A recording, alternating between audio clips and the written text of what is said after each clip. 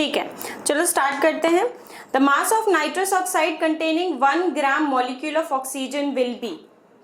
ठीक है, nitrous oxide का मास हमें पूछ रहा है, 1 ग्राम मॉलिक्यूल ऑफ ऑक्सीजन बोल रहा है। ठीक है, 1 ग्राम मॉलिक्यूल। आप टेंशन मत लो, मैं जो भी क्वेश्चन डिस्कस कर रही हूँ उसका पीडीएफ आपको मिल जाएगा। ठीक है, उसकी टेंशन मत लो आप लोग। What is nitrous oxide? N2O। हम क्वेश्चन नंबर डिस्कस कर रहे हैं 46। ठीक है, और हमें बोल रहे हैं कि mass of nitrous oxide containing 1 gram molecule of oxygen. 1 gram molecule, आपको पता है जब भी 1 ग्राम मॉलिक्यूल आए इसका क्या मतलब है? 1 मोल ऑक्सीजन मॉलिक्यूल का। अगर 1 मोल ऑक्सीजन मॉलिक्यूल है तो ऑक्सीजन एटम के कितने मोल हो जाएंगे? 2 मोल हो जाएंगे। ठीक है, वेरी गुड।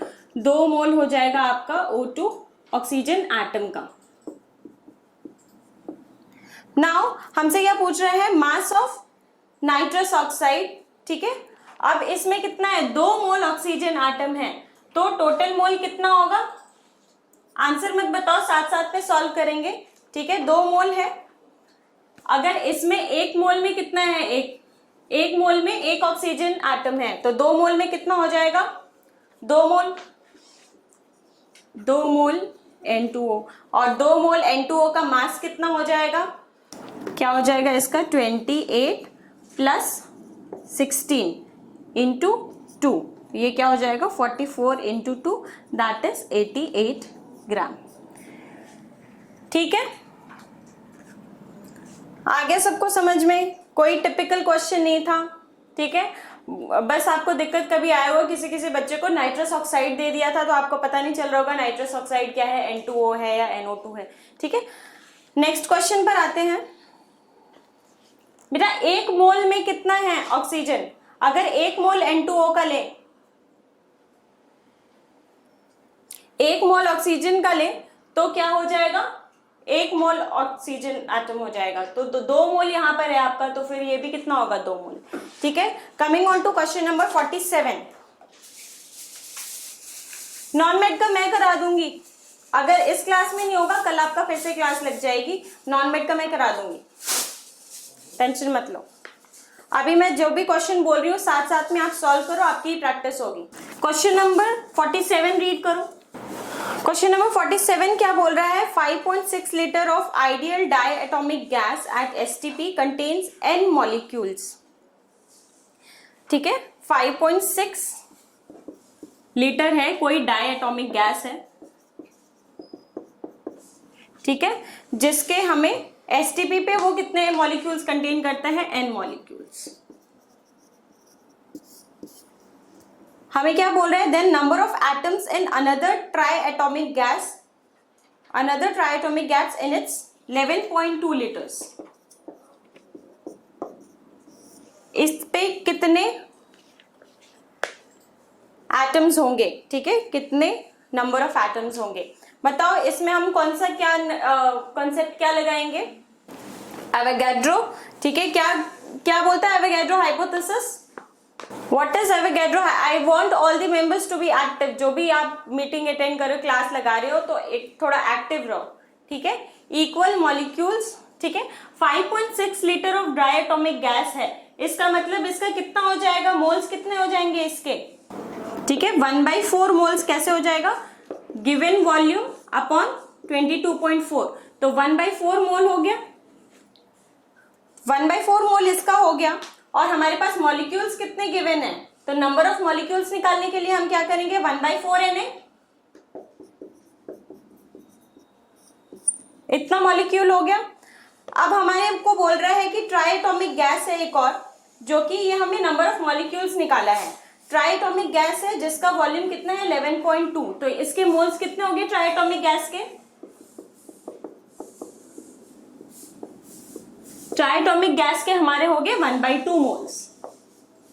ठीक है, 1/2 मोल हो गए, और इसका हमारा नंबर ऑफ मॉलिक्यूल्स इतना हो गया। और नंबर ऑफ एटम्स पूछा है, नंबर ऑफ एटम्स के लिए हम क्या करेंगे? नंबर ऑफ, ये क्या हो गया? मॉलिक्यूल्स। नंबर ऑफ एटम्स के लिए हम क्या करेंगे, 3 से मल्टीप्लाई कर देंगे। वेरी गुड,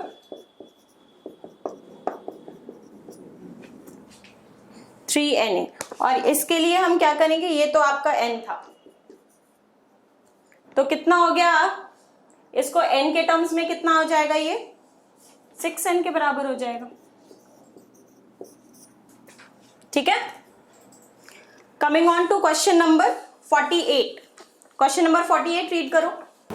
क्वेश्चन नंबर 48 में क्या बोल रहा है, the volume of water added in 100 ml of, हमारे पास एक सोल्यूशन है 100 ml का, 0.1 मोलर एक्वस सोल्यूशन, किसका, यूरिया का। यूरिया क्या होता है, यूरिया का फॉर्मूला बताओ। और इसमें फाइनल जो मोलारिटी गिवन है वो हो जाएगी इतनी, तो उसका वॉल्यूम पूछ रहा है हमें, किसका, वॉल्यूम ऑफ वाटर एडेड। ठीक है, यहां पे जो वॉल्यूम आएगा वो फाइनल वॉल्यूम आएगा। ठीक है, ये होता है, this is urea. Molar mass निकालो इसका, मोलर मास निकालो, 60। ठीक है, 60 हो जाएगा इसका मोलर मास। अब हमें क्या बोल रहा है कि वॉल्यूम ऑफ वाटर एडेड, तो यहाँ पे जब भी डाइल्यूशन होता है, इतना आपको हमेशा याद रहना चाहिए कि जब भी हम डाइल्यूट करेंगे कोई चीज, तो नंबर ऑफ मोल तो बाहर नहीं भाग रही ना, नंबर ऑफ मोल हम इसका डाल रहे हैं, और नंबर ऑफ मोल हमेशा क्या रहेगा, कांस्टेंट रहेगा। ठीक है, तो हम क्या करेंगे, ये डाइल्यूशन का केस है, मतलब m1v1 is equals to m2v2। ठीक है, mv क्या ही होता है, नंबर ऑफ मोल्स के बराबर होता है, तो ये क्या हो जाएगा आपका, मिली मोल्स हम ले रहे हैं तो 100 ले लेते हैं, 100 into 0.1 is equals to v2 into 0.2। v2 कितना आ गया आपका, v2 कितना आ गया,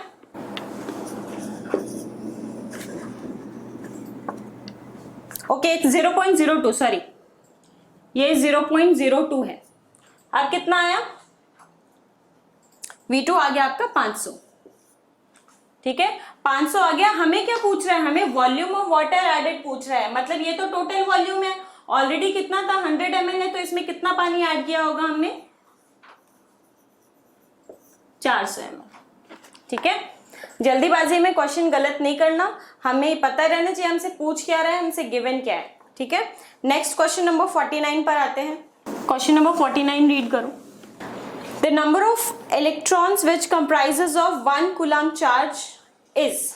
ठीक है, हमें क्या पूछ रहा है, number of electron which comprises of 1 coulomb charge. What is 1 coulomb charge,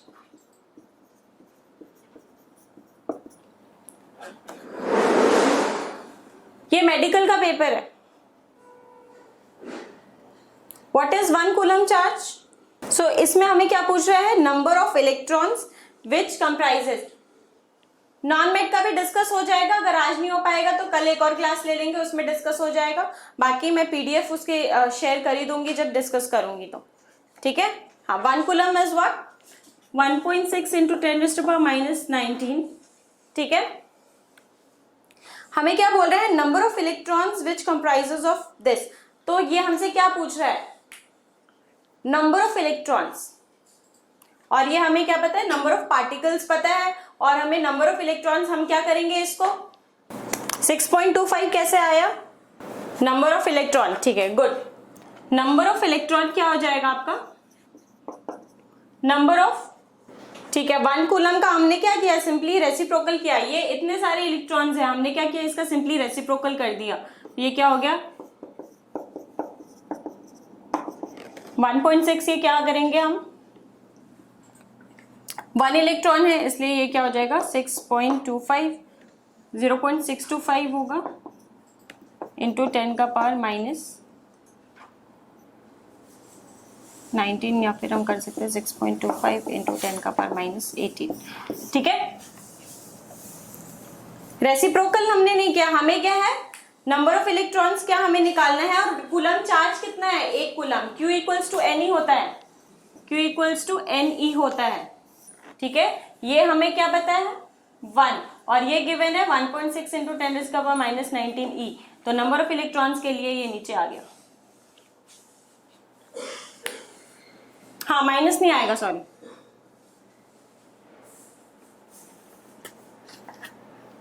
ठीक है, question number 50, Q equals to N E होता है। जिसको समझ में नहीं आया, Q इक्वल्स टू क्या होता है, NE। आपको चार्ज गिवन है कितना, 1 कूलम। ठीक है, आपको हमें क्या निकालना है, N निकालना है। ये हमें पता है इस पे चार्ज कितना है, 1.6 इंटू 10⁻⁻19, और ये हमें निकालना है, और ये है हमारा 1। तो N निकालने के लिए क्या किया हमने, सिंपली फॉर्मूला यूज किया। ठीक है, क्वेश्चन नंबर 50 रीड करो। Coming on to question number 50, इसमें बोल रहा है air contains 20% oxygen by volume. The volume of air required to oxidise 1 gram of CNG। CNG का मतलब यहाँ पर किससे है, CH4 से।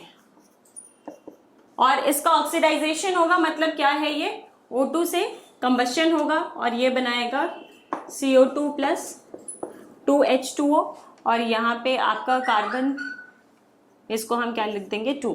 ठीक है, ये हो गया आपका बैलेंस्ड रिएक्शन। ठीक है, air contains 20, what the volume of air required to oxidise 1 gram. ये अगर 16 ग्राम होता, ये अगर 16 ग्राम होता तो ये कितना ग्राम चाहिए होता हमें, 32 इंटू 2 कितना, 64 ग्राम। तो अगर ये 1 ग्राम होगा तो ये कितना चाहिए होगा, 64/16, दैट इज 4 ग्राम। लेकिन एयर में कितना होता है, ये सिर्फ 20% होता है, और हमें एयर का ही वॉल्यूम पूछ रहा है। मतलब 20% ऑफ X इज व्हाट, कितना, तो आपका आ जाएगा ये।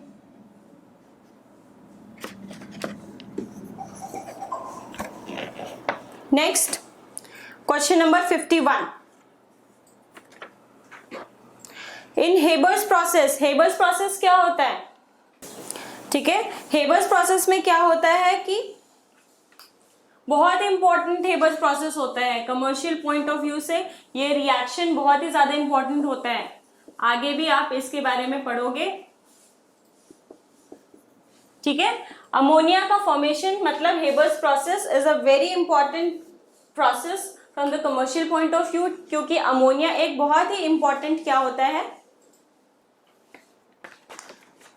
बहुत ही इंपॉर्टेंट आपका एक केमिकल सब्सटेंस होता है, जिससे ऐसे कहा जाता है कि जिस कंट्री में ज्यादा अमोनिया होता है वो उतना ही ज्यादा वो कंट्री डेवलप्ड होती है। ठीक है, ठीक है, तो इसीलिए it is a very important, no it's not an organic compound.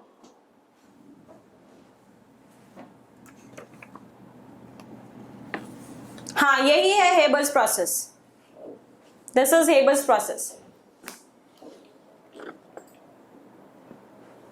बेटा क्वेश्चन क्या होता है ना, आपको क्वेश्चन स्पेशली आपसे कोई प्रोसेस कराया नहीं जाएगा, आपको ना बहुत सारी चीजें विद क्वेश्चन सीखनी है आपको।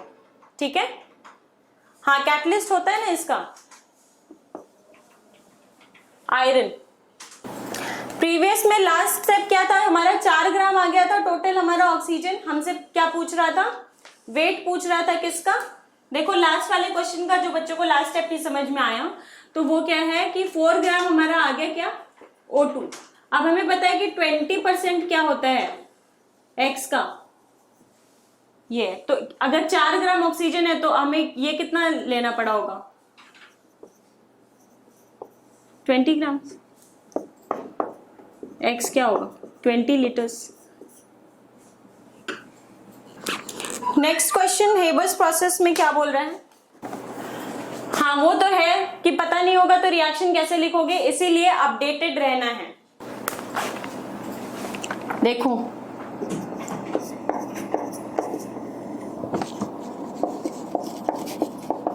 वॉल्यूम निकालो ना, 20 ग्राम आ गया आपका।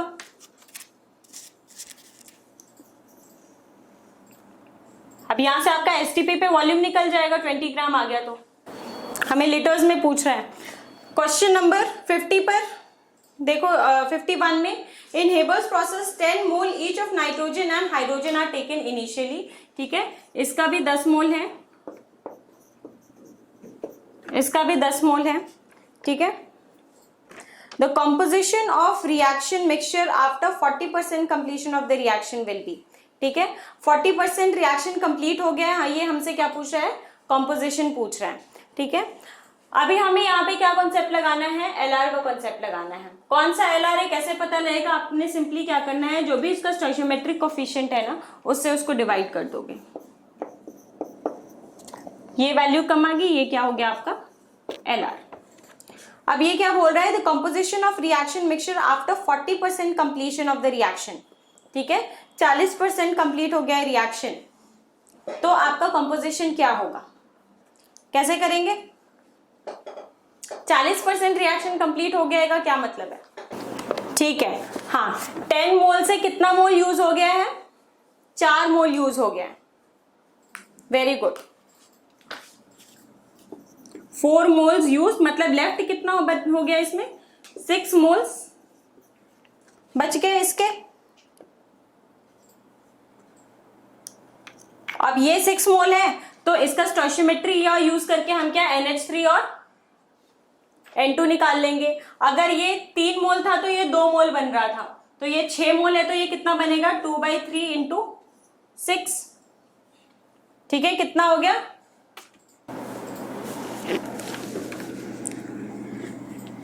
40% रिएक्शन कंप्लीट हो गई है, मतलब क्या हो गया, ये 40% कंज्यूम हो गया है। 6 मोल बच गया ना, 40%, अच्छा 40%, सॉरी 4 मोल ही यूज होगा।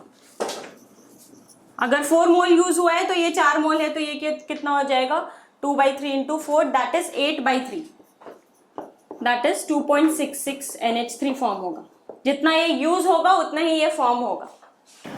40% of the reaction is complete, मतलब अगर ये 10 मोल था तो ये कितना यूज हो गया होगा, 4 मोल, 4 मोल यूज हो गया। तो अगर ये 3 मोल यूज हो रहा था तो फिर ये कितना मोल बन रहा था, 2 मोल। तो ये अगर 4 मोल यूज हो रहा है तो कितना बनेगा 8/3, दैट इज 2.66 NH3, ठीक है। आप क्वेश्चन से ही सीखते हो, ठीक है। जिसको ये लग रहा है कि आपको हेबस प्रोसेस नहीं पता तो आप क्वेश्चन नहीं कर सकते हो, तो फिर इसमें कोई बात नहीं है। आपके आगे लिखा ही हुआ है कि nitrogen and hydrogen are combining to give ammonia, ठीक है। उसमें कोई वो बात नहीं है, Haber's process is just a name, बाकी आपका सारा रिएक्शन गिवन है आगे, ठीक है। तो थोड़ा सा दिमाग लगाओगे तो पता लग जाएगा। अगर आपको प्रोसेस का नहीं भी पता है तो क्वेश्चन ध्यान से पढ़ने से पता लग जाएगा। क्वेश्चन नंबर 52 रीड करूं। Percentage of water of crystallisation in blue vitriol if molar mass of blue vitriol is 249 gram, ठीक है। 249 gram. And what is blue vitriol, CuSO4 dot 5H2, ये होता है आपका ब्लू विट्रियोल। आपको इसमें गिवन है क्या, टोटल मास इसका गिवन है कितना 249 ग्राम। और हमसे क्या पूछ रहा है, percentage of water of crystallisation. इसमें वाटर ऑफ क्रिस्टलाइजेशन कितना है 5 इंटू 18, दैट इज 90 ग्राम, ठीक है। अभी हमसे सिंपली परसेंटेज कैलकुलेट करना है यहाँ पे, तो क्या हो जाएगा 90/249 इंटू 100। सॉल्व कर देंगे, आपका आंसर आ जाएगा। Question number 53, come on to question number 53। If molar mass of Al2PO4 whole thrice is m, तो इसका इक्विवेलेंट पूछ रहा है, equivalent weight. Al2PO4 whole thrice क्या है आपका, मोलर मास गिवन है m, तो आपसे क्या पूछ रहा है, इसका इक्विवेलेंट वेट क्या हो जाएगा।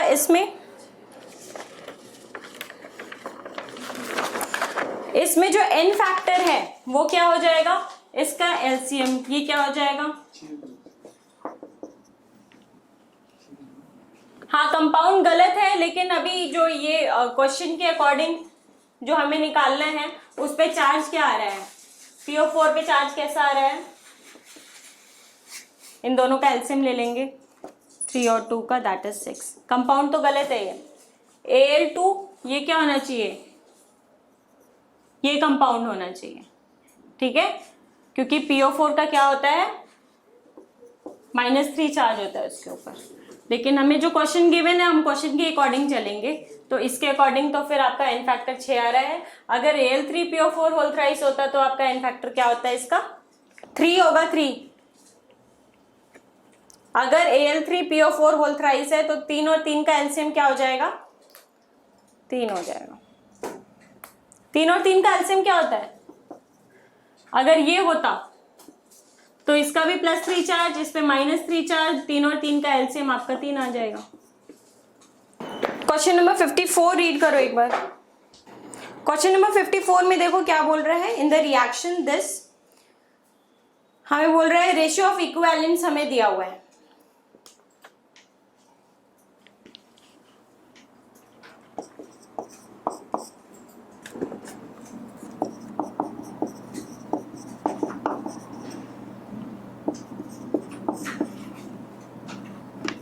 gives Na2SO4 plus 2H2O।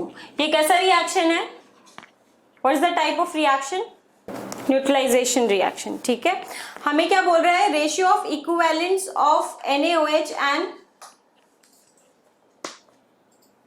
H2SO4।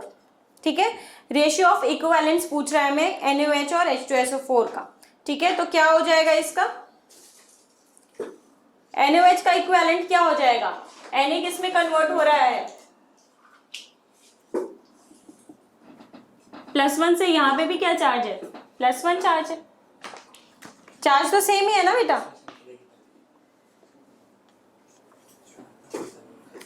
Ratio of equivalence तो क्या हो गया इसका? ये भी +1 से +1 चेंज हो रहा है, तो यहाँ पे एन फैक्टर क्या हो गया इसका?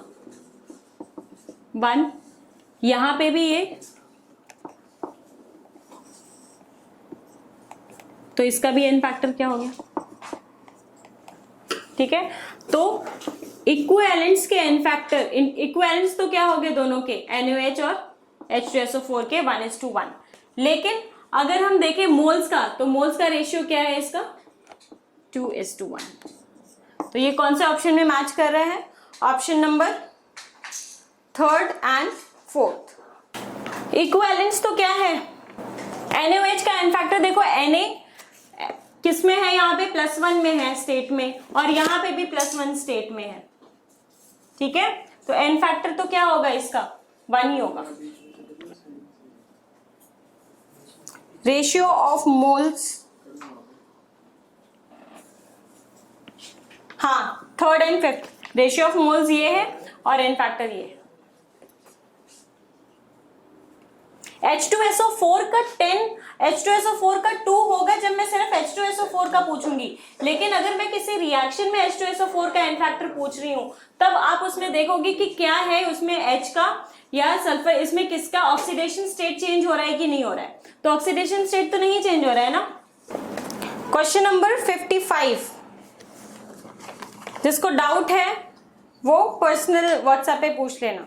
ठीक है, hydrocarbon produces 3.38 gram of CO2 and H2O on combustion with excess oxygen। ठीक है, मॉलिक्यूलर फॉर्मूला पूछ रहा है। हाँ, रिकॉर्डेड मिलेगी। मान लेते हैं हम, ये हमारा क्या कंपाउंड है, ऑक्सीजन के साथ कंबशन हो रहा है इसका, और ये हमें दे रहा है क्या? CO2 और H2O। कंबशन वाले क्वेश्चन में 90% ऑफ द केसेस में क्या आप लगा सकते हो? POAC लगा सकते हो। ठीक है, जब कंप्लीट कंबशन होगा।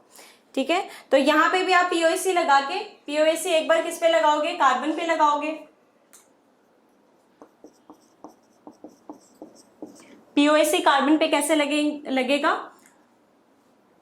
X into number of moles of CXHY is equals to 1 into number of moles of CO2। Number of moles of CO2 हमें कैसे निकल जाएगा? इसका वेट तो गिवन ही है और मॉलिक्यूलर वेट आपको पता है। ठीक है, ये क्या हो जाएगा? 3.38 अपॉन क्या हो जाएगा? ये 44। आप लगा देंगे हम POAC ऑन हाइड्रोजन। ठीक है, वो क्या हो जाएगा? Y into number of moles of CXHY। ये क्या हो जाएगा? H2O 2 into number of moles of hydrogen क्या हो जाएगा आपका? 0.69 अपॉन 18। इन दोनों इक्वेशन, दो अननोन है। ठीक है, और दो इक्वेशन है, दोनों को सॉल्व कर देंगे, आपका x और y का वैल्यू आ जाएगा। क्वेश्चन नंबर 56 रीड करो। 56, in the reaction this starting with 10 gram of each NH3 and O2 the reactants will consume first what will be। ठीक है, चलो क्वेश्चन नंबर 56 पर आते हैं। 56 में क्या बोल रहा है कि एक रिएक्शन गिवन है,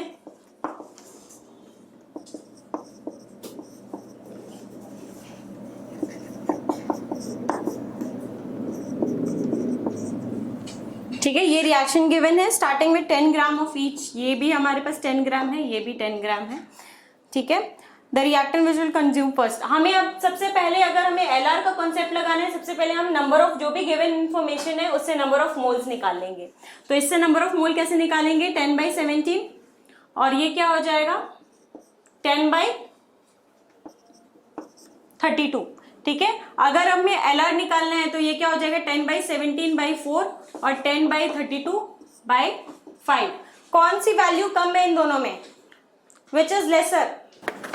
ऑब्वियसली कौन सा कम है, O2 वाला कम होगा ना, क्योंकि देखो डिनोमिनेटर ये भी इससे भी ज्यादा है, यहाँ पे भी ज्यादा है, तो फिर O2 क्या होगा, कम होगा। तो ये हो गया आपका एलआर। सिंपल, यही आपका क्वेश्चन पूछ रहा था। ठीक है, coming on to question number 57। 57 read करो। 57 में क्या बोल रहा है, mole fraction of solvent in aqueous solution having 1 mole concentration of solute. हमें क्या गिवन है, मोलालिटी गिवन है, क्या 1 मोलर। ठीक है, हमें क्या निकालना है, मोल फ्रैक्शन सॉल्वेंट का निकालना है। आपको पता है क्या होता है इसका, मोलालिटी का number of moles of solute, ठीक है, upon weight of solvent in KG.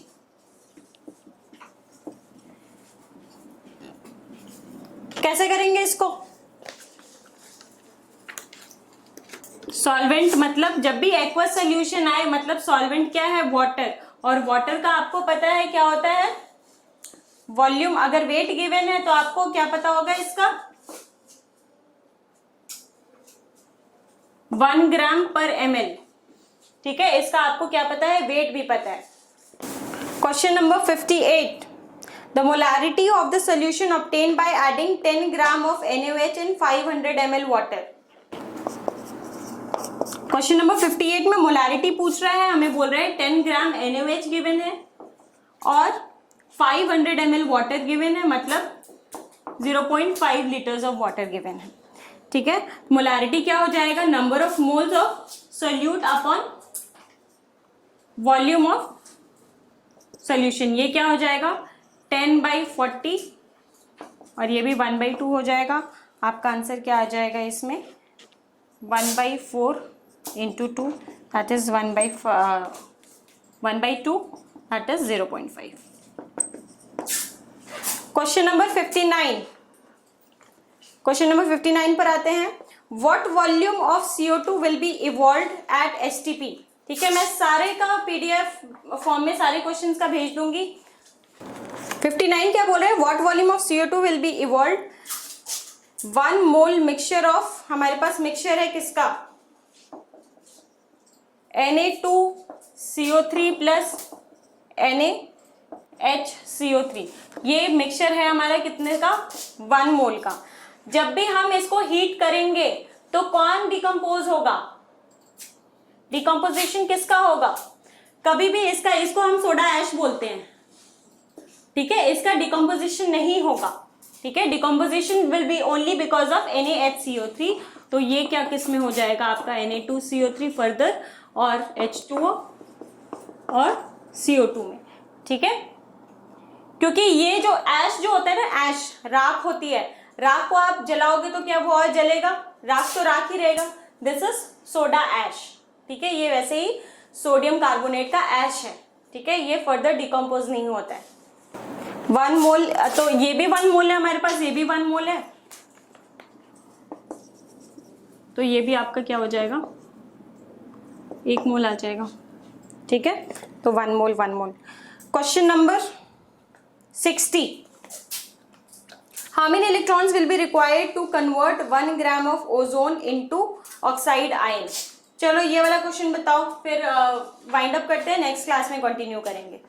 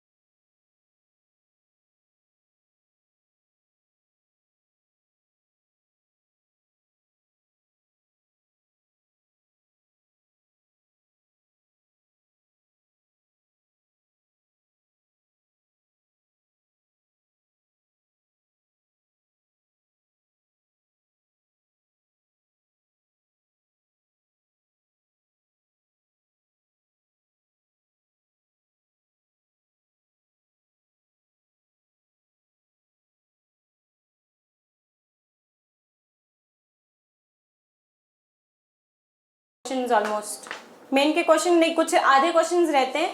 Mains के एंड एडवांस के हम सैटरडे को बुकलेट डिस्कशन करेंगे, और जो आपके ये इसके रह रहे हैं तो कल अगर कोई टाइम आपके पास खाली हो तो मुझे पहले से इन्फॉर्म कर देना, मैं क्लास शेड्यूल करा दूंगी। एटॉमिक स्ट्रक्चर के क्वेश्चंस और जो आपके नॉन मेड वाले क्वेश्चंस हैं वो डिस्कस कर लेंगे, ठीक है। Thank you.